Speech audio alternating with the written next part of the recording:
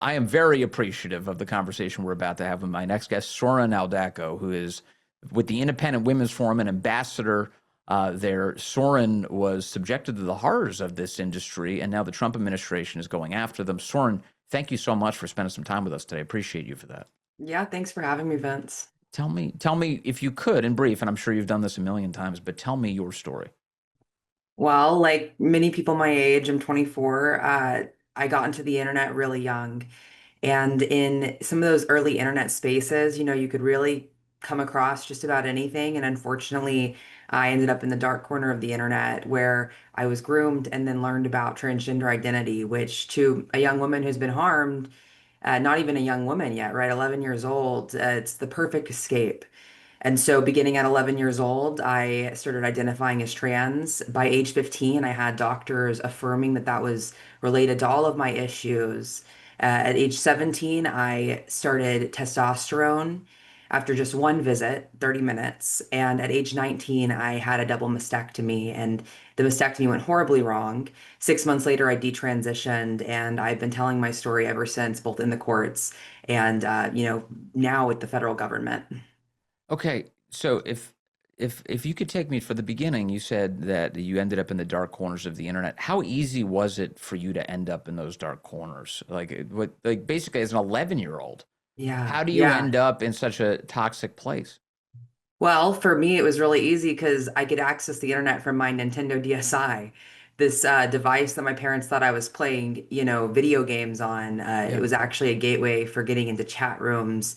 And it was in those chat rooms I, been watching a lot of anime. I wanted to role play my favorite anime characters, which is very developmentally appropriate. Kids play cops and robbers. It's how we learn what kinds of traits we want to have as adults.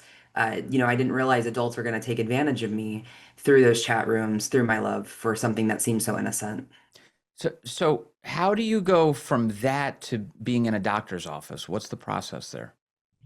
Well, for many years, it stayed a role play identity for me. This transgender identity was one that I wore online largely, and then in person, I dealt with being a girl. I played softball. I was in Girl Scouts, but I ended up in a doctor's office shortly after meeting my biological father for the first time. He was absent for the first 15 years of my life, and when I met him, I somewhat reasonably freaked out. And instead of investigating, whether it was this family rupture, this development that had maybe led to my mental health issues or even caused them, the psychiatrist inpatient saw I had short hair, saw that I was binding my chest, heard that I had gone by a boy at a summer camp, or at least used a different name, right? And he pushed me to come out to him as trans and then went and told my family behind my back. Is that so? Have you identified along the way that they're like in terms of people's upbringing? You're talking about your father not being a part of your life, your biological father, and you meet him, and then you're trying to deal with that process. Have you encountered that people who share your story, who have similar stories to you, often have kind of these kinds of origin stories? In other words, they have complicated family lives, and the difficulty in processing that sometimes leads to these kids being exploited.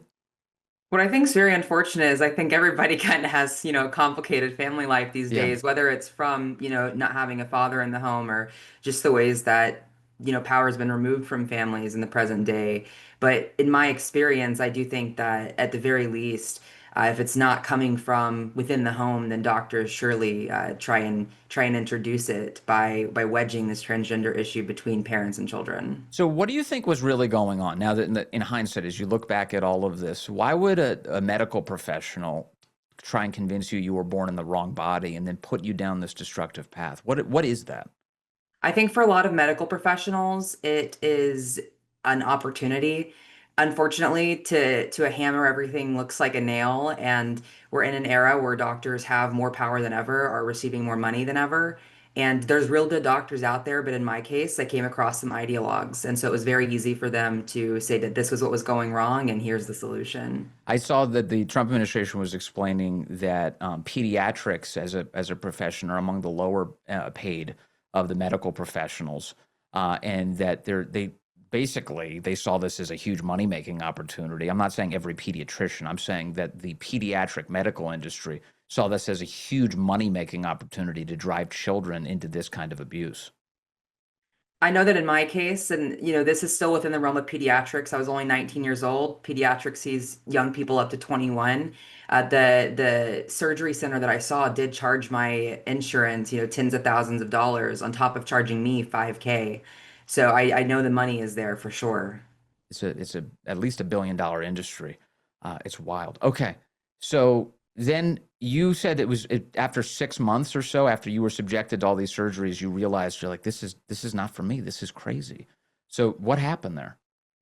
Well, it was a long process, right? I had spent in this identity, almost 10 years. But by the time that I had the surgery and I had these massive hematomas, I had bruising everywhere, all the way from my chest down to my flanks. Sure. And my doctors, my surgeons, right, the ones who did the surgery, the ones who worked for that surgery center, said nothing was wrong until I ended up in the hospital and had to be seen by breast oncology because their in-house top surgeon wouldn't even touch me. And so I started following the trail. Why would people be so eager to get me on the operating table, to take my money on the front end, but want nothing to do with me when actual medicine was involved, when there was a real problem going on? And so the money obviously was a big red flag to me, but also just realizing human development, we've known about it for centuries, and it's obvious to me that no one's born in the wrong body, so how could I be? So you were abandoned by all of the people who abused you? Like they just gave up on you the second you decided you weren't on board with the ideology? I showed the on-call physician a photo of my chest where I looked like I had breasts again, but it was blood, right, instead of breast tissue. And he Oh, said, "What am I supposed to be looking at here?" And that said to me, okay, it took me an hour and a half to get you on the phone. Well, I have a fever. Well, I have every single thing on this list that you told me to reach out to you for. And you're asking me what's wrong here. It's pretty obvious for anyone who's seen the photos. They're in the documentary that something was wrong. okay. So this week, the Trump administration, as far as I can tell, has made two really big announcements. One is that they've successfully cut off Medicaid funding for the mutilation of kids who've experienced what you've experienced. And two, they announced yesterday they're referring all of these medical operations for criminal prosecution. What do you make of this news? I think looking into the actual system that's allowing individual doctors to act poorly, in my case, there were several physicians who acted poorly. I think that that's where we have to go. And so it's very hopeful for me to see some real action being taken. And, it's deliverable after deliverable. This is a very productive administration on this issue. Do you want to see the people who harmed you behind bars? I definitely want to see them held accountable. Yeah, yeah, I would think so. What about the people in your life, your loved ones? How have they reacted throughout all of this? I think they've reacted in different ways because it affected each person differently. I've had Sure. people who have had a real hard time talking about it. And, those who urged caution, my mother, my mom's mom, her stepdad, I have a great relationship with them today. I've taken accountability for my part in being a difficult child. I think a lot of us, our childhoods are times of chaos and identity formation, but in my case, it was especially chaotic. And so it's been great, but obviously there's a lot of harm and it'll take years to get anywhere near back to where we should be. The status as what they call a detransitioner, someone who has a realization that they were born in the correct body. It is um, what is that like? So I talked about the medical industry, but you've got also like kind of these activists. And as I understand the process here, Soren, and you can explain it better than any of us, but that like once you adopt the ideology that you were born in the wrong body, that you're subjected to a lot of affirmation. They call it love bombing. That you're just like convinced, oh, you're doing the right thing. This is the right thing. What happens the moment you say, wait a second, I wasn't born in the wrong body, and this was a mistake? How does that group, the left, let's be candid, how do they treat you? I remember shortly after I detransitioned in 2022, I had reached out to this gentleman who ran a podcast for the LGBTQ plus community, and I thought he was going to be very receptive. I thought I had, cracked the code that, you could be born in the right body. And in fact, that's just how it is. And I remember him asking me how I felt about detransitioners who grifted. And he had this image of detransitioners who were just out there to do the cash grab themselves, right? That it wasn't the practitioners who had led them down this path, that it was the individual seeking accountability and Oh my justice who God. were in the wrong and attention seeking. Oh my God. That's so insane. That's wild. I often sort of think about it wasn't that long ago. It was like, the early 2010s, I guess. that the left would preach something called body positivity. They would say, "There's, you're perfect just the way you are," and usually there was an excuse for obesity. It's like you could be really heavy, and it's fine. You're perfect just the way you are. It was body positivity. Now the left is kind of defined by what we call what I call body negativity. You're born in the wrong body. You've got to subject yourself to the medical industry. You have to change everything about you.